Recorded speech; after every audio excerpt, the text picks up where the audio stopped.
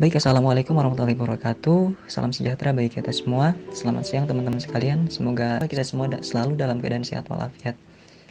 Puji syukur kehadirat Allah Subhanahu wa taala yang telah memberikan kita nikmat sehat walafiat sehingga kita masih bisa mengikuti perkuliahan sampai dengan hari ini dalam keadaan baik seperti itu.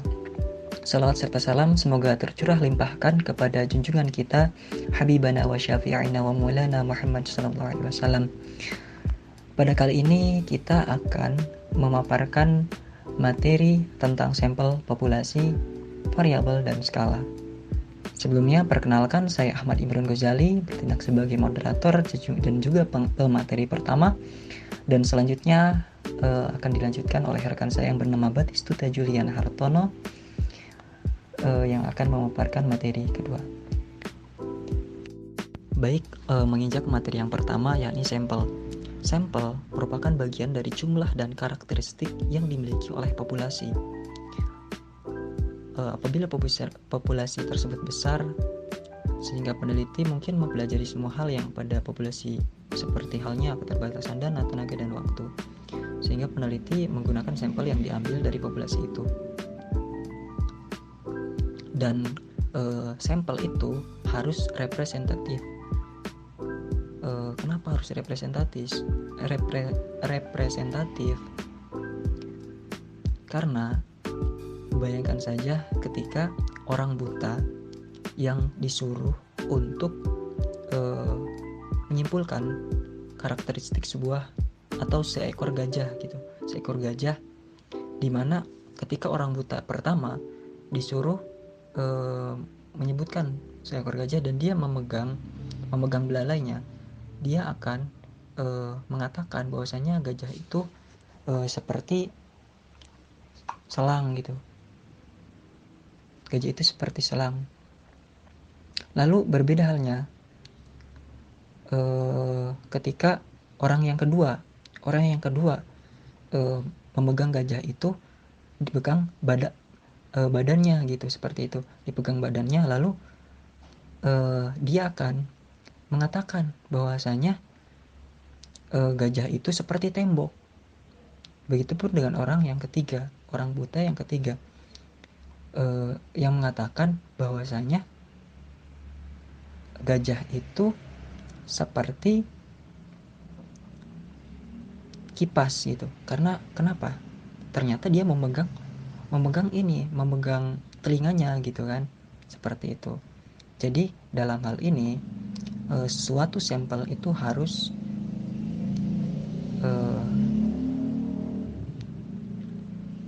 representatif seperti itu, harus betul-betul mewakili keseluruhan seperti itu. Lalu selanjutnya yang kedua yakni populasi. Nah, populasi ini merupakan suatu wilayah generalisasi yang terdiri atas objek atau subjek yang mempunyai kuantitas dan karakteristik tertentu yang ditentukan oleh peneliti untuk dipelajari dan kemudian ditarik kesimpulannya. Jadi pada intinya populasi ini bukan cuman orang gitu, tetapi juga objek dan benda-benda alam yang lain. Semisal hewan gitu kan, populasi owa Jawa misalkan, atau orang utan gitu kan, orang utan di Kalimantan seperti itu. Jadi populasi itu bukan cuman orang gitu, bisa juga hewan, bahkan benda-benda pun bisa dikatakan populasi seperti itu. Lalu populasi pun bukan sekedar jumlah yang ada pada objek atau subjek yang dipelajari, akan tetapi meliputi seluruh karakteristik atau sifat yang dimiliki oleh subjek atau objek yang diteliti itu. Misalnya, akan melakukan penelitian di sekolah X, maka sekolah X ini mempunyai populasi yang bisa berupa jumlah subjek atau orang dan karakteristik subjek atau orang. Pengertian pertama ini memberikan makna bahwasanya populasi merupakan sekumpulan orang atau subjek dan objek yang diamati. Sedangkan pengertian kedua memberikan petunjuk bahwa orang-orang di sekolah X mempunyai karakteristik, misalnya memotivasi kerja, disiplin kerja, kepemimpinannya, iklim organisasinya, dan lain-lain sebagainya gitu.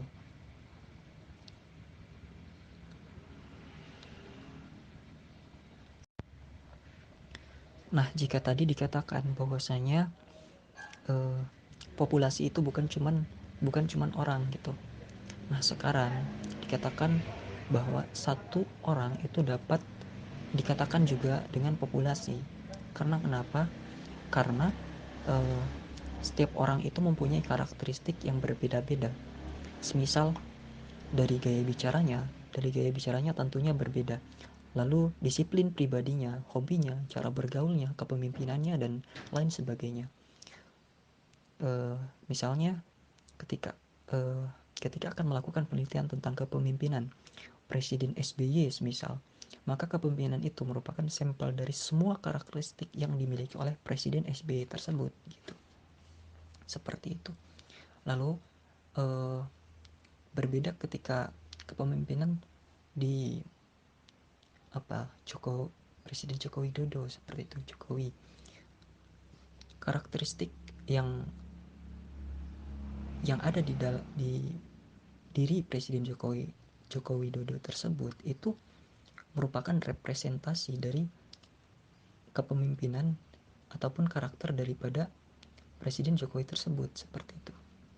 Baik, mungkin itu saja yang disampaikan oleh pemateri pertama. Selanjutnya akan dilanjutkan oleh pemateri kedua, yakni oleh Mbak Batistuta Juliana. Kepadanya dipersilahkan. Skala pengukuran sebuah acuan yang digunakan untuk menentukan panjang pendeknya interval yang ada dalam satuan alat ukur. Setelah proses pengukuran yang dihasilkan data kuantitatif yang berupa angka-angka tersebut, barulah kemudian ditentukan analisis statistik yang cocok untuk digunakan. Di ilmu statistik, skala pengukuran dibagi menjadi 4. Itu ada skala nominal, skala ordinal, skala interval, dan skala rasio. Skala pengukuran sebuah acuan yang digunakan untuk menentukan panjang pendeknya interval yang ada dalam satuan alat ukur. Setelah proses pengukuran yang dihasilkan data kuantitatif yang berupa angka-angka tersebut, barulah kemudian ditentukan analisis statistik yang cocok untuk digunakan. Di ilmu statistik, skala pengukuran dibagi menjadi 4. Itu ada skala nominal, skala ordinal, skala interval, dan skala rasio. Skala nominal itu skala pengukuran paling sederhana atau tingkatannya paling rendah di dalam suatu penelitian. Skala ini hanya digunakan untuk memberikan kategori saja, misalnya digunakan untuk memberi label, simbol, lambang, atau nama pada sebuah kategori sehingga akan mempermudah pengelompokan data menurut kategorinya.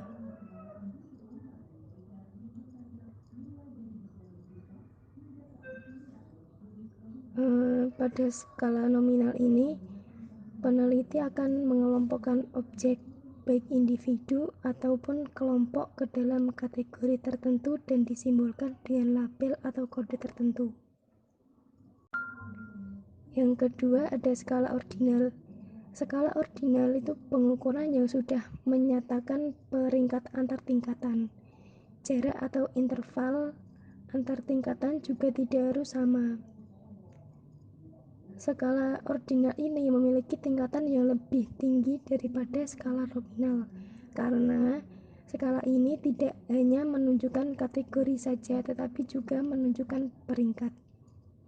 Ciri-ciri dari skala ordinal: yang pertama, kategori data saling memisah. Yang kedua, kategori data ditentukan berdasarkan jumlah karakteristik khusus yang dimilikinya. Dan yang terakhir, kategori data dapat disusun sesuai dengan besarnya karakteristik yang dimiliki. Yang ketiga, skala interval. Skala interval pengukuran yang bisa digunakan untuk menyatakan peringkat untuk antar tingkatan.